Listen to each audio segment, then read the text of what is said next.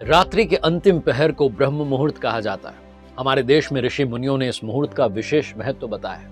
वो कहते हैं कि इस समय निद्रा त्याग के लिए सर्वोत्तम होता है। ब्रह्म मुहूर्त में जागने से सौंदर्य, बल, बुद्धि, विद्या, स्वास्थ्य की प्राप्ति होती है। और इस समय सोना जो है शास्त्रों में निषिद्ध कहा गया है। ब्रह्म का मतलब है परम तत्व यानी कि परमात्मा, और ये जो ब्रह्म मुहूर्त है इसका मतलब है परमात्मा का समय।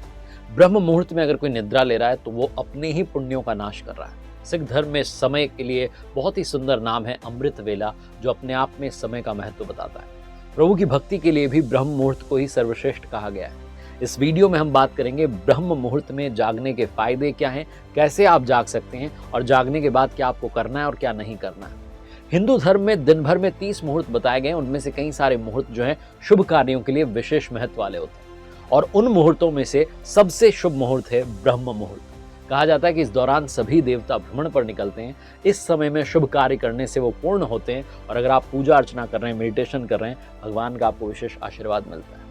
लर्निंग सीरीज देख रहे हैं आप, सीखोगे नहीं तो जीतोगे कैसे। मैं हूं आपके साथ आरजे कार्तिक। मुझे अपने नाना जी की याद आती है जब ब्रह्म मुहूर्त की बात आती है। वो कहते थे कि हमारा अपना समय होता है।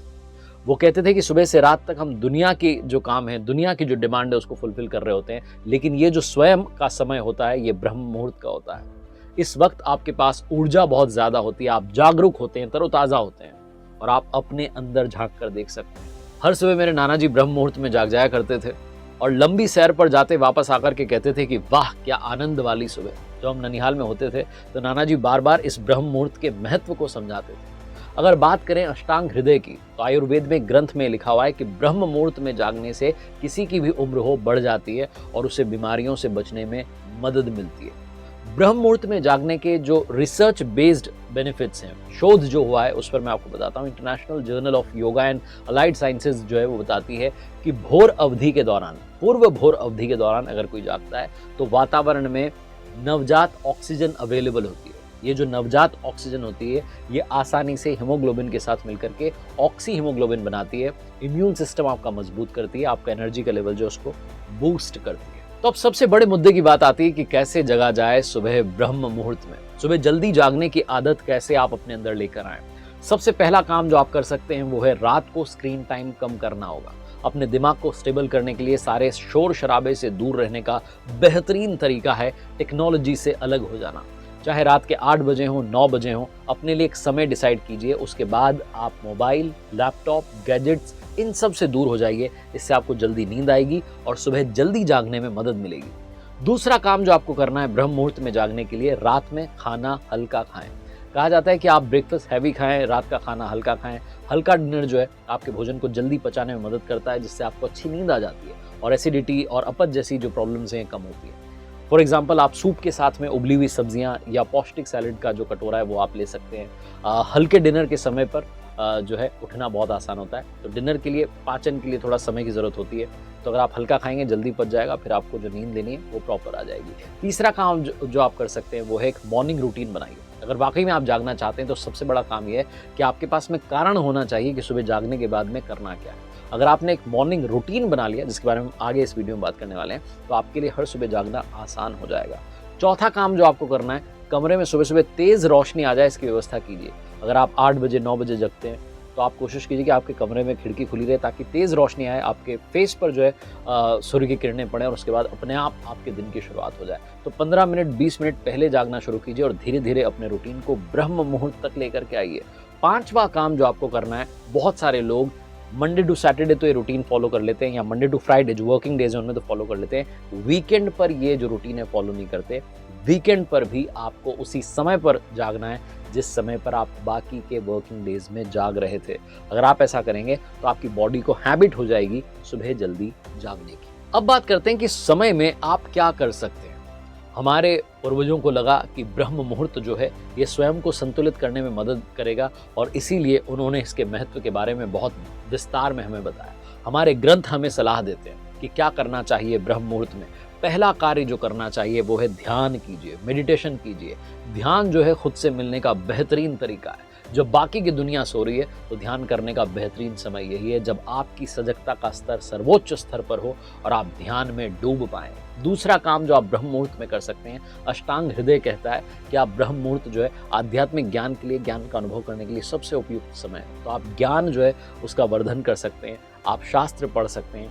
आप जब अध्ययन करना शुरू करेंगे, स्टडी करना शुरू करेंगे सुबह सुबह, तो मेंटल प्रॉब्लम्स भी कम होने लगेंगे।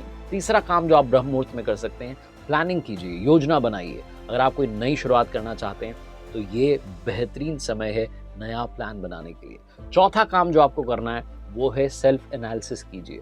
पिछले दिन आपने क्या किया, किस तरीके की नेगेटिव इमोशंस थे, ईर्ष्या आई, लालच आया, क्रोध, काम, ये सारे विकार आए, इनको किस तरीके से आप छोड़ सकते हैं, आज के दिन में क्या बेहतर कर सकते हैं, उसके लिए खुद को एनालाइज कीजिए। और पांचवा काम जो आपको करना है, अपने माता पिता को प्रणाम कीजिए, गुरुओं को, भगवान जी को याद कीजिए। तो ये बेहतरीन समय होता है जिसमें आप अपने लिए एक्स्ट्रा टाइम निकाल सकते हैं और खुद की जिंदगी को बेहतर बनाने की ओर कदम रख सकते हैं। अब एक बड़ा सवाल आता है कि क्या सभी को ब्रह्म मुहूर्त में जागना चाहिए?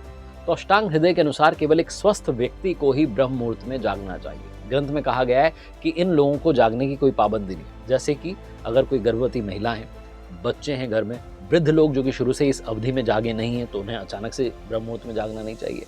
चौथे जो इस कैटेगरी में लोग हैं वो हैं जो शारीरिक रूप से परेशान हैं, बीमार हैं या मानसिक रूप से बीमार हैं, ऐसे लोगों को भी नहीं जागना चाहिए। और पांचवें वो लोग जिनका रात का भोजन नहीं पचा, जिन्होंने ज़्यादा रात में खा लिया और वो पचा नहीं है, उन्हें भी ब्रह्म मुहूर्त में नहीं जागना चाहिए। अब बात करता हूँ उन कामों की जिनको करना ब्रह्म मुहूर्त में वर्जित माना गया है। सबसे पहला काम तो नेगेटिव सोचना बंद कीजिए। ब्रह्म मुहूर्त में अगर आप नेगेटिव सोचना शुरू करेंगे तो पूरे दिन आप तनाव में घिरे रहेंगे। दूसरी चीज़, आपको सुबह सुबह खाना नहीं है। किसी भी व्यक्ति को ब्रह्म मुहूर्त में उठ करके भूल करके भी किसी भी तरीके की खाद्य सामग्री का सेवन नहीं करना चाहिए। तीसरा काम, आपको दुर्व्यवहार नहीं करना है, मिसबिहेव नहीं करना है। कई बार ऐसा होता है कि मैं तो जाग चुका हूँ, मुझे किसी पर गुस्सा आ रहा था, उसको मैसेज कर दिया, उसको कॉल कर दिया सुबह सुबह। इस तरीके की हरकतों से आपको बचना है, वरना और स्ट्रेस आपकी लाइफ में आ जाएगा। धार्मिक शास्त्रों के अनुसार ब्रह्म मुहूर्त में आपको इन सारी चीज़ों का ख्याल रखना है और इन पर विचार करना है कि आप नकारात्मकता से दूर रहें, दुर्व्यवहार से दूर रहें और ध्यान में, ज्ञान में, अध्ययन में अपना समय लगाएं, सेहत बनाने पर अपना समय लगाएं, मॉर्निंग वॉक पर जाएं, तभी आप इस ब्रह्म मुहूर्त का सही फायदा उठा पाएं।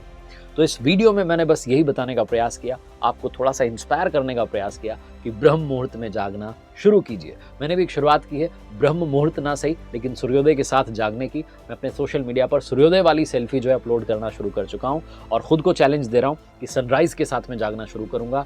और सेल्फी अपलोड करने का मकसद ये है कि मुझे खुद को ये पता रहेगा कि दुनिया देख रही है, इसलिए मुझे जागना ही, एक प्रेशर भी आएगा। तो एक शुरुआत मैंने की है, आप भी मेरे साथ इस हैशटैग में जुड़ सकते हैं, हैशटैग सनराइज वाली सेल्फी।